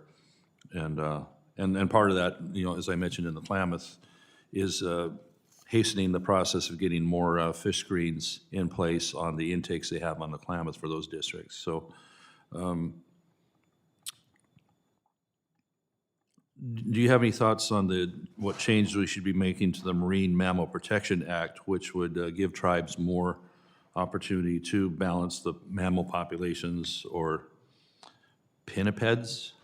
That's the word of the day. I'm with you on that one. That's a new one to me. To balance that population with the great effort on the salmon restoration. Do you have any comments on that? Yes, thank you for the question.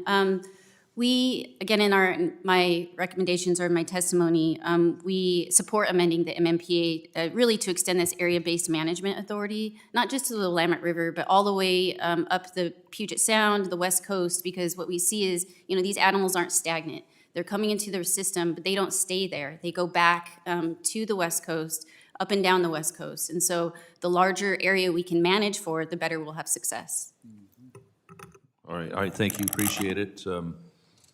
I still like that word pinniped, so I'm going to have to kind of commit fun. that one. Yeah. So, thank you, Madam Chairman, appreciate it.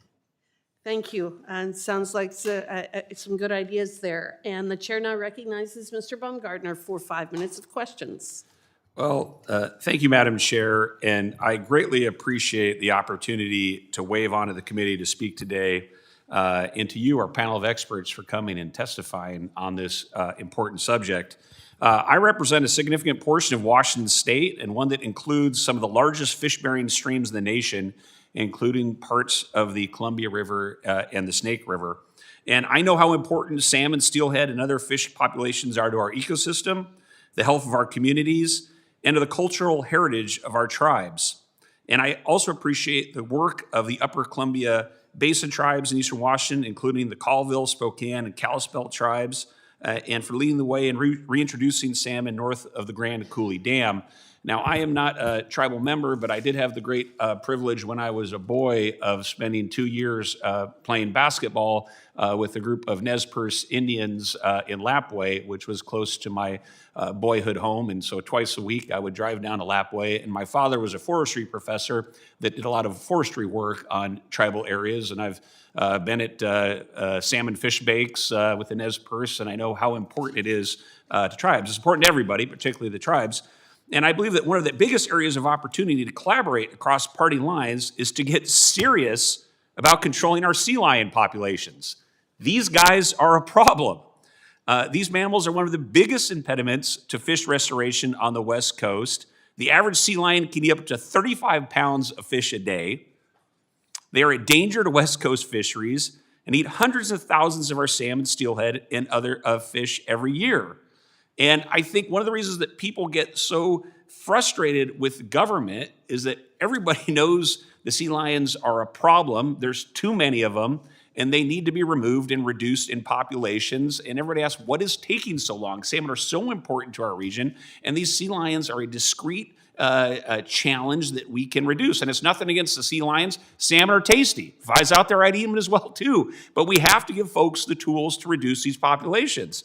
Originally protected under the Marine Mammal Protection Act, sea lions have expanded precipitously along the West Coast for the last 50 years, with the total populations estimated to have grown from 100,000 in the 1970s up to 300,000 along the West Coast today. In 2018, Congress enacted the Endangered Salmon Predation Act to remove some of these seals. However, as of May 2025, stakeholders eligible under law have removed a total of 229 sea lions from our rivers and estuaries. Again, there are too damn many sea lions eating too many fish. They need to be reduced. We need to have the tools. And as somebody that knows the taxpayers of Washington State and the taxpayers of America are spending a ton of money to try to help salmon populations, it's extremely frustrating to me that folks do not have the tools to need to do what they're doing. And so I thank the committee for this important hearing. I thank this important group of people coming today. And I hope next year I will be able to come back and there will have the tools. And no offense to these guys, but a good number of them need to be killed and removed. And I hope that happens. And what we do today leads to having the tools to do that. We need less sea lions and more salmon. And with that, I yield back. Thank you for allowing me to participate, Madam Chair. Thank you for coming to participate and giving us the line of the day. I want to thank all the witnesses for being here, for your valuable testimony, as well as for the members who participated and worked to bring more attention to this extremely important matter. The members of the committee may have some additional questions for the witnesses, and we will ask you to respond to those in writing. Under Committee Rule 3, members of the committee must submit questions to the subcommittee clerk by 5 p.m. Eastern Time on Monday, December 8th. The hearing record will be held open for 10 business days for your responses. Without objection, the subcommittee stands adjourned.